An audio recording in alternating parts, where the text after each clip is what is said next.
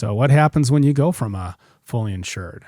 Have you heard your prospects or your employers say, "Oh, we tried that a few years ago. That didn't work out well for us"? Yeah. And well, I think, even when I first got into the business, a lot of the groups I was working on were fully insured with one of the big carriers, but level funding started becoming more and more popular. United Healthcare came out with their level funded plan. I think Cigna had a level funded plan. Aetna had a level funded plan. Some of the Blue associations had level funded plans.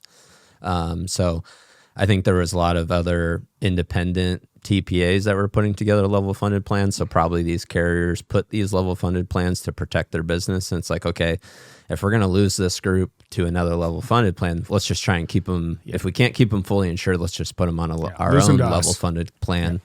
So I see a lot of that. And I actually worked on a handful of groups for January 1st that were on a level funded carrier based plan.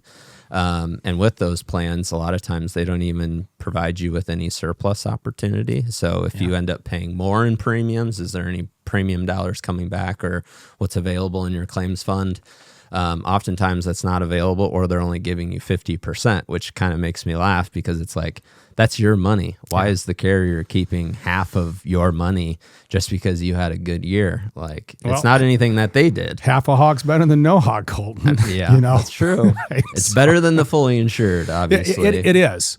But yeah, so you've got this nice clean little bucket, fully insured. I just make it go away, and I just want to make sure I can get whatever I want when I want it. That's the fully insured model. And then this level funded, it's self-funding with training wheels on, right? Yep. So you got some access to additional data.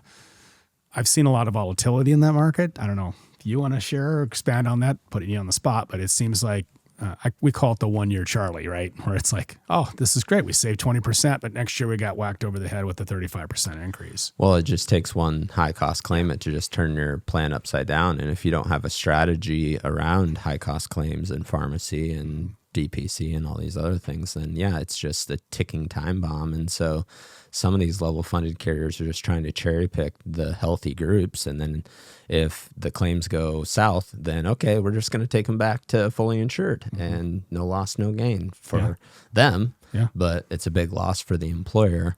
And so, I was at a conference earlier in 2025 and one of the main people that put on the conference, she came up to the mic during our panel and she goes, and to all of you, and there's a bunch of clinic administrators in the room, and she said, and self-funding doesn't necessarily mean self-funding with a carrier. Yeah. There's better ways to do it, especially with all these groups. They work in healthcare. You're still feeding, that the BUCA carriers. Yeah.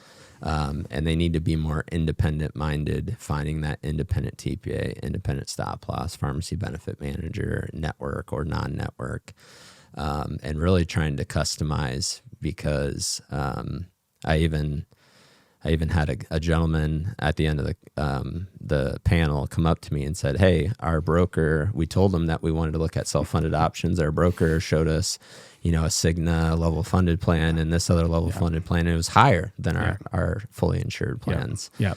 And I'm like, well, that's one way to do it. It's not the right way to do it. Yeah. And there's other opportunities out there for you. Yeah.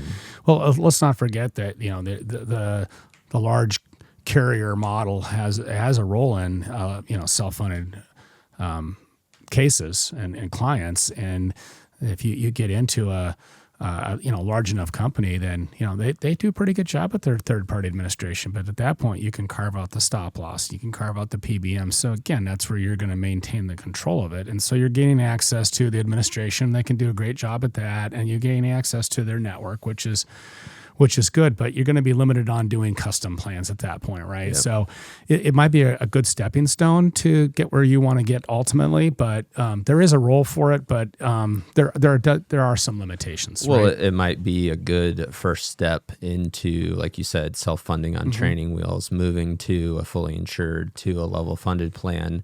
Well, now you're going to start to get some claims data. Yep. So even if you did move to one of the bigger carriers level funded plans, that we could argue that is a good stepping stone.